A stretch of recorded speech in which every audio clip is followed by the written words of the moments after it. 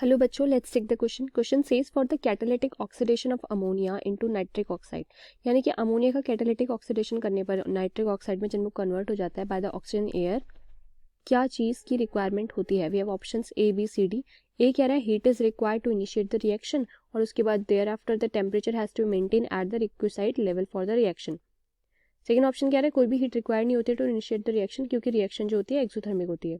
Third कह रहा है efficient cooling is required all along the process, and D कह रहा है no heat is required to carry out the process. Right, first of all let's see the key concept, then we will see कैसे करना है. Key concept is based on Ostwald's process.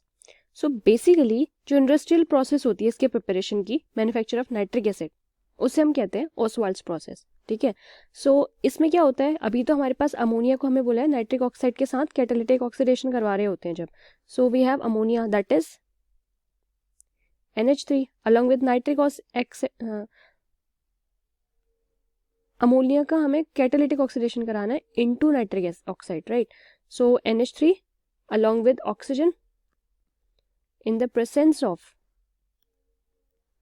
high temperature that is 800 degree Celsius और platinum as a catalyst. right, तब हमें product मिलता है 4NO along with 6H2O. Right, along with heat भी produce होते हैं, दैट इज एक्सोथर्मिक भी है.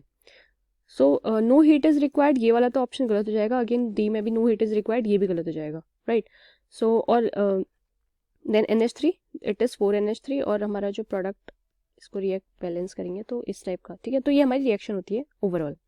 और फर्दर जब नाइट्रिक ऑक्साइड बन जाता है तो इसे फर्दर ऑक्सीडाइज कर देते हैं ताकि हमें brown fumes of nitrogen dioxide gas मिल जाता है. राइट, सो ये हमारा बन गया नाइट्रिक ऑक्साइड. राइट, और out of these following option हमें फर्स्ट ऑप्शन में बोला था कि heat is required to initiate the reaction and thereafter the temperature has to maintain at the requisite level for the reaction. Yes, this statement is correct. Right, यहाँ पे बोला है third statement कि efficient cooling is required all around the process. हमें यहाँ पे बोला था कि हम हीट कर रहे हैं हाई टेम्परेचर पे, so it is again not the correct answer. So we have option number A, that is the correct answer to the question. Answer is option number A, and that is our final answer. I hope you understood. Thank you students.